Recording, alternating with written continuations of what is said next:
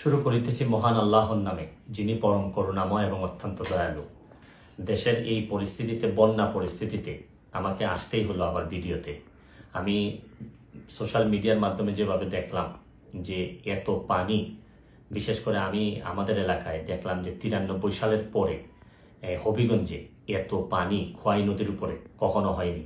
কারণ একটা ভারত থেকে একটা ড্যাম এটা ছেড়ে দেওয়ার কারণে পানি আর কোনোভাবে কুলায় উঠতে পারতেছে না আমাদের নদী।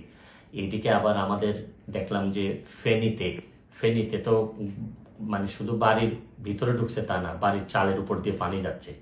এরকম কুমিল্লা, বিভিন্ন দেশের বিভিন্ন জায়গায় যেভাবে বন্যায় আক্রমণ করছে।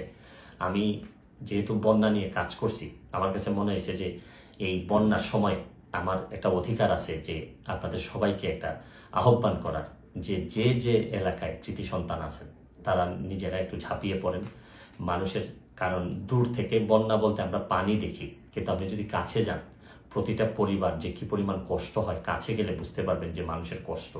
আমরা তো এমনি শুধু থই থই পানি দেখি, কিন্তু ভিতরে গেলে বোঝা যায় মানুষের খাবারের অভাব হয়, মানুষের পয় নিষ্কাশন ব্যবস্থার অভাব হয়, মানুষের স্যালাইন লাগে। সামান্য একটা স্যালাইন নিয়ে যেতে পারলেও অনেক বড় উপকার হয়।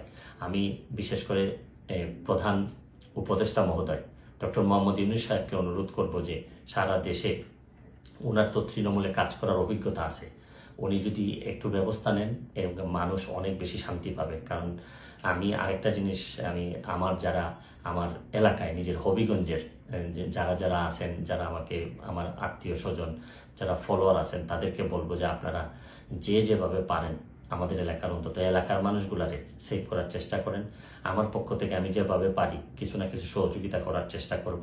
কারণ সবাই একসাথে দাঁড়াইলেই দেশের যে কোনো দুর্যোগে আমরা মানুষের কল্যাণ কিছু করতে পারবো।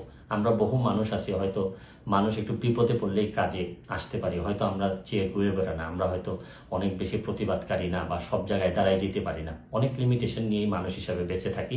তারপর চেষ্টা করেন যে সবাই মিলে অন্তত বন্যা দুর্গতরে সব কিছুর ঊর্ধ্বে উঠে বন্যা যারা দুর্গত তাদের পাশে দাঁড়াবেন, এইটুকু আমার আপনাদের কাছে আহ্বান, আপনাদের কাছে চাওয়া।